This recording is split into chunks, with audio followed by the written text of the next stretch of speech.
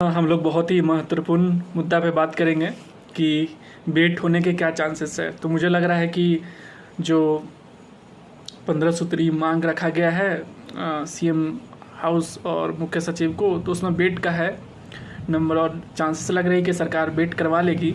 लेकिन अहम मुद्दा है कि अगर बेट हो भी गया तो क्या फ़ायदा है, क्योंकि जो पीएचडी होल्डर्स जो थे अपने हित के लिए उन्होंने बेट का उस पर मांग भी नहीं रखा था। उन्होंने एपीआई सिस्टम को फिर से लागू करवाने की पूरी कोशिश की है और राज्यपाल के पास मांग भी रखी है कि फिर से एपीआई सिस्टम जो एकदम अनैतिक सिस्टम है, मैं उसको नाम दिया हूँ अनैतिक परफॉर्मेंस इंडेक्स, तो उसको अगर लागू किया जाता है तो जो बेट देने वाले बच्चे होंगे, क्योंकि उनके पास पीएचडी तो होगा नहीं, तो ऐसे ही मेरिट लिस्ट से बाहर हो जाएंगे। उनकी मांग है कि रिटेन का होना चाहिए एग्ज़ाम प्लस 30 नंबर उनको पीएचडी का, वो भी कंपलसरी 30 नंबर से कम नहीं होना चाहिए।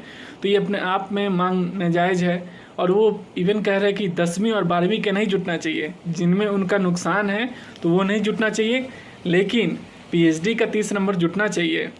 और साथ साथ में अगर वो सही में अगर छात्र के हित में बात करना चाहते थे बिहार का, तो वो मांग करते कि भाई बेट भी करवा लो। उनकी कहीं मांग में बेट नहीं है। आप राज्यपाल का जो प्रेस का रिलीज हुआ है उसमें देखेंगे तो कहीं भी बेट का मांग नहीं है। तो बेट तो होगा, लेकिन आपको एक नया एक अपनी मांग और इस डेमोक्रेसी में कहीं ना कहीं भीड़ और आवाज़ भी उठानी पड़ती है। तो कहीं ना कहीं आपको यूनाइट होना पड़ेगा। बेट के साथ साथ अब एपीआई सिस्टम को भी हटवाना पड़ेगा कि किसी भी हाल में एपीआई सिस्टम नहीं हो। और इसका बीच का रास्ता निकाला जा सकता है कि चलिए एज बढ़ा दीजिए, ये सबको मानना है कि चलिए एज बढ़ा दीजिए, 55 साल कर दीजिए, रिटर्न एग्ज़ाम ऑब्जेक्टिव होना चाहिए, इससे फेयर चांसेस सबके बढ़ जाएंगे, क्योंकि इसमें सब्जेक्टिविटी घट जाएगी और जो मेरिट वाले बच्चे हैं वो उनको आगे आने का चांसेस रहेगा। और बेट का भी एग्ज़ाम ऑब्जेक्टिव होगा और इसका भी ऑब्जेक्टिव होगा, तो बिहार के बच्चों के लिए फ़ायदा होगा। मैं तो खुद एक जीआरएफ स्कॉलर हूँ, तो लेकिन फिर भी मैं मांग कर रहा हूँ बिहार के बच्चों का, ये उनका हक है भाई।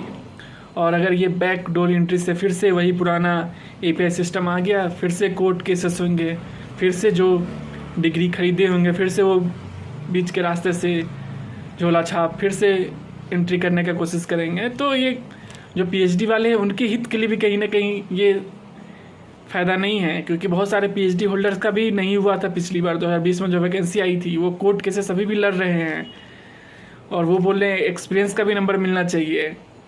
तो कहीं ना कहीं बेट होने के बाद भी फ़ायदा नहीं होगा। तो बेट वाले बच्चों को मांग है कि भाई फिर से ये एपीआई सिस्टम को नहीं लाए किसी भी कीमत पे। और आप लोग चैनल को भी यार सब्सक्राइब कर लो।